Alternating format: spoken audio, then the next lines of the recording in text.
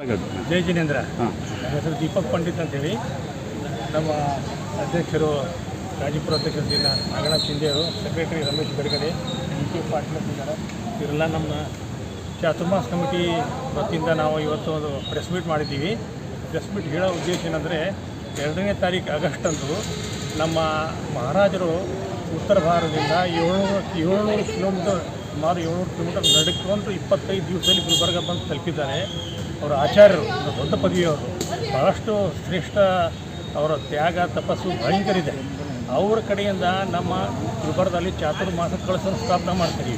ಈ ಚಾತುರ್ಮಾಸ ಅಂದರೆ ಈ 4 ತಿಂಗಳಲ್ಲಿ ಜೀವೋತ್ಪನ್ನಗಳು ಆಗುತ್ತವೆ. ಅದರಿಂದ ಮಹಾರಾಜರು ಯಾವತ್ತೂ ನಡ್ಕೋತಾ ಇರಬೇಕು. ಒಂದೇ ಕಡೆ ಅವರು ಇರೋದು ಅವಕಾಶ ಇಲ್ಲ.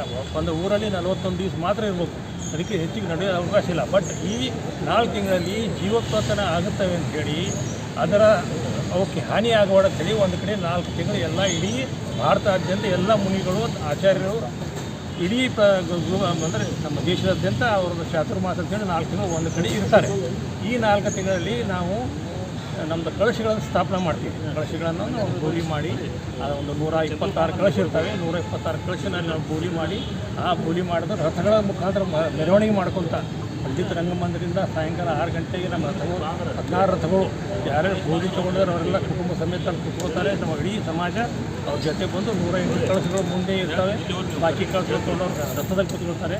ಅವರೆಲ್ಲ ಕಳಶಗಳನ್ನು ತಂದು ನಮ್ಮ ಮಂದಿರಲಿಟ್ಟು 4 ತಿಂಗಳ ಕಾಲ ಪೂಜೆ ಪುನಸ್ಕಾರ ಮಂತ್ರ ಯಂತ್ರಗಳಿಂದ ಅದನ್ನು ಪೂರ್ಣ ಸ್ಟ್ರಾಂಗ್ ಆಗಿ ಮಾಡಿ, ಆಮೇಲೆ 4 ತಿಂಗಳಾದ ನಂತರ ನಮ್ಮ ಮಹಾರಾಜರು ಇಡೀ ಸಮಾಜದ ಯಾರ್ಯಾರು ಬೋಲಿ ತೊಗೊಂಡ್ರೆ ಅವ್ರ ಮನೆಗೆ ಹೋಗಿ ಕಳಶನ ಸ್ಥಾಪನೆ ಮಾಡ್ತಾರೆ. ಅದರಿಂದ ಮನಃಶಾಂತಿ, ನೆಮ್ಮದಿ, ಸೌಖ್ಯ ಎಲ್ಲ ಸಿಗುತ್ತೆ ಅಂತ ನಮ್ಮದೆಲ್ಲ ಭಾವನೆ.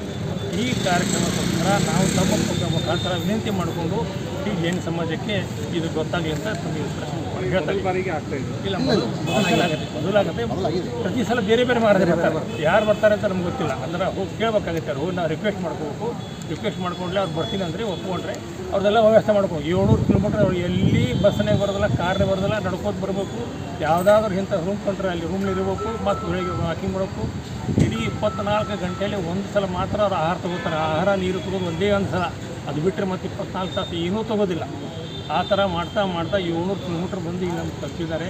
ದಿನಾಲೂ ಅವರ ಆಚಾರ್ಯದ ಪ್ರವಚನ ಇರುತ್ತೆ. ಮಧ್ಯಾಹ್ನ 3 ಗಂಟೆಯಿಂದ 4 ಗಂಟೆವರೆಗೆ ತುಂಬ ಕುಂತ್ರೆ ಪ್ರವಚನ ಬಿಟ್ಟು ಎದ್ದು ಬರೋಷ್ಟು ಆಗಲ್ಲ. ಅಷ್ಟೊಂದು ಪ್ರಭಾವಿತವಾಗಿ ಅವರು ನಮ್ಮ ಪ್ರವಚನ ಮಾಡ್ತಾರೆ.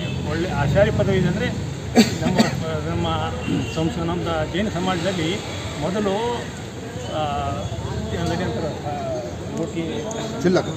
ಶುಲ್ಲಕ ಮಹಾರಾಜರಾಗ್ತಾರೆ. ಅವರ ಹೇಗೆ ಯೋಗ್ಯತೆ ಹೆಚ್ಚಾಗ್ತಾ ಹೋಗುತ್ತೆ, ಆಮೇಲೆ ಅವ್ರು ಮಹಾರಾಜರಾಗ್ತಾರೆ. ಮಹಾರಾಜ ಆದಮೇಲೆ ಆಮೇಲೆ ಆಚಾರ್ಯ ಪದವಿ ಸಿಗುತ್ತೆ. ಅಂಥ ಆಚಾರ್ಯ ನಮ್ಮ ಹತ್ರ ಬಂದಿದ್ದಾರೆ. ಇದೆಲ್ಲ ನಮ್ಮ ಜನರಿಗೆ ಗೊತ್ತಾಗಲಿ ಅಂತ ಉದ್ದೇಶದಿಂದ ತಮ್ಮನ್ನು ಇವತ್ತು ಕರೆದು ಪತ್ರಿಕಾ ಗೋಷ್ಠಿ ಮಾಡಿದ್ದೀವಿ. ಪ್ರವಚನ ಎಲ್ಲ ಆಗ್ತಾ ಇದೆ ಅವತ್ತು 2ನೇ ತಾರೀಕು. ಜೈ ಸರಿ. ಜೈ लो आदिनाथ भगवान की जय. नमो कार्तिक तीर्थ प्रेणत आचार्य देवनंदी मुनि महाराज की जय. ಆಚಾರ್ಯ ಹರ್ಷಕೀರ್ತಿ ಮುನಿ ಮಹಾರಾಜ್ ಕಿ ಜೈ. ಎಲ್ಲರಿಗೆ ಜೈ ಜಿನೇಂದ್ರ. ಆಚಾರ್ಯ ಹರ್ಷಕೀರ್ತಿ ಮಹಾರಾಜರು ನಮ್ಮ ಗುಲ್ಬರ್ಗ ಪಾವನ ಭೂಮಿಗೆ ಜುಲೈ 19ರಂದು ತಮ್ಮ ಪದಕಮಲಗಳಿಂದ ಈ ಭೂಮಿಯನ್ನು ಸ್ಪರ್ಶ ಮಾಡಿಸಿದ ಅವರು ಪಾವನ ಮಾಡಿರುತ್ತಾರೆ. ಈ ಗುಲ್ಬರ್ಗ ನಗರದಲ್ಲಿ ಶ್ರೀ 1000 ದಿನಂಬರ್ ಜೈನ ಮಂದಿರದಲ್ಲಿ ಚಾತುರ್ಮಾಸವನ್ನು ನಡೀತಾ ಇದೆ. ಈ ಚಾತುರ್ಮಾಸದಲ್ಲಿ ಅವರು 4 ತಿಂಗಳು ಎಲ್ಲಿ ವಿಹಾರ ಮಾಡೋದಿಲ್ಲ. ಈ ಚಾತುರ್ಮಾಸ ಕಳಶ ಸ್ಥಾಪನೆ ಸಲುವಾಗಿ, ಈ ಚಾತುರ್ಮಾಸ 4 ತಿಂಗಳ ಸಲುವಾಗಿ 2ನೇ ತಾರೀಕು ಆಗಸ್ಟ್ 2ನೇ ತಾರೀಕು ಕೋಠಾರಿ ಭವನದಲ್ಲಿ ಕಳಶ ಸ್ಥಾಪನೆಯನ್ನು ಇರುತ್ತದೆ.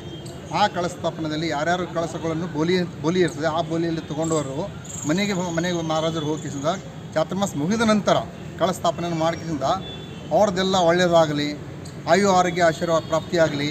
ಅದಾದ ನಂತರ ದಿನಾಲು ಮಂದಿರದಲ್ಲಿ 3ರಿಂದ 4 ಗಂಟೆವರೆಗೆ ಜೈನ ಬಾಂಧವರಿಗೆ ಒಂದು ಜೈನ ಧರ್ಮದ ತತ್ವಗಳನ್ನು ಗೊತ್ತಾಗಲಿ, ಜೈನ ಧರ್ಮದ ಪಾಲನೆಯನ್ನು ಕಟ್ಟುನಿಟ್ಟಾಗಿ ಪಾಲನೆ ಮಾಡುವಂಥದ್ದು ಬೋಧನೆಯನ್ನು ಮಾಡುತ್ತಾರೆ. ಚಿಕ್ಕ ಮಕ್ಕಳೇನು ಪಾಠಶಾಲೆ ಇರುತ್ತದೆ. ಆ ಪಾಠಶಾಲೆಯಲ್ಲಿ ಮಕ್ಕಳಿಗೆ ಜೈನ ಧರ್ಮದ ಬೋಧನೆಯನ್ನು ಕೊಡ್ತಾರೆ. ದೊಡ್ಡವರಿಗೂ ಕೂಡ ಬೋಧನೆಯನ್ನು ಕೊಡ್ತಾರೆ. ಈ ಚಾತುರ್ಮಾಸದಲ್ಲಿ 4 ತಿಂಗಳಲ್ಲಿ ನಮ್ಮದು ವಿಧಾನಗಳು, ನೌಪಿಗಳು ಬರ್ತವೆ. ಈ ಭಾದ್ರಪದದಲ್ಲಿ ನೌಪಿಗಳು ಇರ್ತವೆ. ಆ ನೌಪಿಯಲ್ಲಿ ಮಹಾರಾಜರು 16 ಕಾಂಡವ ನೌಪಿ ಇರ್ತದೆ, ದಶಲಕ್ಷಣೆ ಇರ್ತದೆ, ಅನಂತವೃತ್ತ ಅಂತ ಇರ್ತದೆ. ಈ ಎಲ್ಲ ನೌಪಿಗಳನ್ನು ಮಹಾರಾಜರ ಸಾನ್ನಿಧ್ಯದಲ್ಲಿ ಅತಿ ವಿಜೃಂಭಣೆಯಿಂದ ನಡೀತಿರುತ್ತದೆ. ಅದರಲ್ಲಿ ಕೆಲವರು 5 ಉಪವಾಸ ಮಾಡ್ತಾರೆ, ಕೆಲವರು 10 ಉಪವಾಸ ಮಾಡ್ತಾರೆ, ಕೆಲವರು 16 ಉಪವಾಸ ಮಾಡ್ತಾರೆ. ಈ ಉಪವಾಸಪ್ಪ ಅಂದರೆ ಯಾವುದೋ ಒಂದು ಥರ ಒಬ್ಬರೊಬ್ಬರಂತೂ ಒಂದು ಹನಿ ಕೂಡ ನೀರನ್ನು ತೊಳೆದಿಲ್ಲ 10 ದಿವಸವರೆಗೆ. ಯಾರು ತಮ್ಮ ಶಕ್ತಿ ಅನುಸಾರವಾಗಿ ಒಂದು ಆಲ್ಟರ್ನೇಟಿವ್ ಡೇಸು ನೀರನ್ನು ತೊಗೊಳ್ತಾರೆ, ಯಾರು ಹಾಲು ಹಣ್ಣು ತೊಗೊಂಡು ಮಾಡ್ತಾರೆ. ಆಮೇಲೆ ಅಟ್ಲೀಸ್ಟ್ ಜೈನ ಧರ್ಮದಲ್ಲಿ ನಾವು ಜನ್ಮ ತಾಳ್ಮೇಲೆ ಅಟ್ಲೀಸ್ಟ್ ಈ 12 ತಿಂಗಳು ಯಾರಿಗೆ ಹಾಸ ಅಂತೇಳಿ ಇರ್ತೇನೋ, ಹಾಸ ಅಪ್ಪ ಅಂದರೆ ಸೂರ್ಯಾಸ್ತಮ ಆದ ಮೇಲೆ ನಾವು ಊಟ ಮಾಡೋದಿಲ್ಲ. ಕೆಲವರು 12 ತಿಂಗಳು ಹಾಸ ಮಾಡ್ತಿರ್ತಾರೆ. ಅಟ್ಲೀಸ್ಟ್ ಏನಿಲ್ಲಪ್ಪ ಅಂದ್ರೆ ಈ 4 ತಿಂಗಳಂತೂ ಕಂದ ಮೂಲಗಳನ್ನು ತ್ಯಾಗ ಮಾಡ್ತಾರೆ. ಕಂದ ಮೂಲಪ್ಪ ಅಂದರೆ ಆಲೂಗಡ್ಡೆ ತಿನ್ನೋದಿಲ್ಲ, ಬೆಳ್ಳುಳ್ಳಿ ತಿನ್ನೋದಿಲ್ಲ, ಉಳ್ಳಾಗಡ್ಡಿ ತಿನ್ನೋದಿಲ್ಲ, ಗೆಣಸು, ಗೆಜರಿ, ಇವು ಯಾವುದೂ ಭೂಮಿ ಒಳಗಡೆ ಏನು ಪದಾರ್ಥ ಬೆಳೆಯುತ್ತದೆ ಆ ಪದಾರ್ಥಗಳನ್ನು ಯಾವತ್ತೂ ಸೇವನೆ ಮಾಡೋದಿಲ್ಲ. ಸೂರ್ಯ ಅಸ್ತ ಆದಮೇಲೆ ಕೆಲವರು ನೀರು ಕೂಡ ಕುಡಿಯೋದಿಲ್ಲ. ಈ ಮಹಾರಾಜರು ಕೂಡ ಪ್ರತಿದಿನ ಅವ್ರು 365 ದಿನ ಕೇವಲ ಒಂದೇ ಒಂದು ಬಾರಿ ಮಾತ್ರ ಆಹಾರ ತಗೊಳ್ತಾರೆ. ಅದು ನಿಂತು ಆಹಾರ ತಗೊಳ್ತಾರೆ.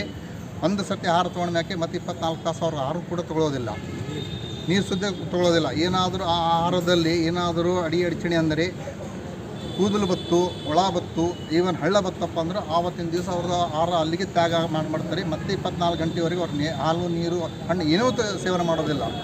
ಈ ನಮ್ಮ ಜೈನ ಧರ್ಮದ ಒಂದು ಸುವರ್ಣಾವಕಾಶ ಕಲ್ಪಿಸಿಕೊಟ್ಟಿರುತ್ತಾರೆ ಅರ್ಷಕೀರ್ತಿ ಮಹಾರಾಜರು. ಆ ಸುವರ್ಣಾವಕಾಶವನ್ನು ನಮ್ಮ ಜೈನ ಬಾಂಧವರು ಹಾಗೂ ಎಲ್ಲ ಸಮಾಜದವರು ಬಂದು ಕೇಸಿಂದ ಪ್ರವಚನ ಅವ್ರ ಭಕ್ತಿಗೆ ಮಾಡ್ಕೇಸಿಂದ ಪವಿತ್ರ ಮಾಡ್ಕೊಳ್ಬೇಕಂತ ಕೇಸಿಂದ ಒಂದು ಸುವರ್ಣಾವಕಾಶ ಯಾರೂ ಕಳೆದುಕೊಳ್ಬಾರ್ದು ಅಂತ ಕೇಸಿಂದ ನಮ್ಮ ಪತ್ರಿಕೆಗಳಲ್ಲಿ ಮುಖಾಂತರವಾಗಿ ಎಲ್ಲರಿಗೂ ಕೊಡಬೇಕಂತ ಕೇಸಿಂದ ನಾನು ವಿನಂತಿ ಮಾಡ್ತೀನಿ. ನನ್ನ ಹೆಸರು ರಮೇಶ್ ಗಡಗಡೆ ಅಂತ. ರೈಟ್ ಸರ್, ಥ್ಯಾಂಕ್ ಯು ಸರಿ. ಓಕೆ, ಎಲ್ಲರಿಗೂ ನಮಸ್ಕಾರ ಮತ್ತು ಜೈ ಜಿನೇಂದ್ರ.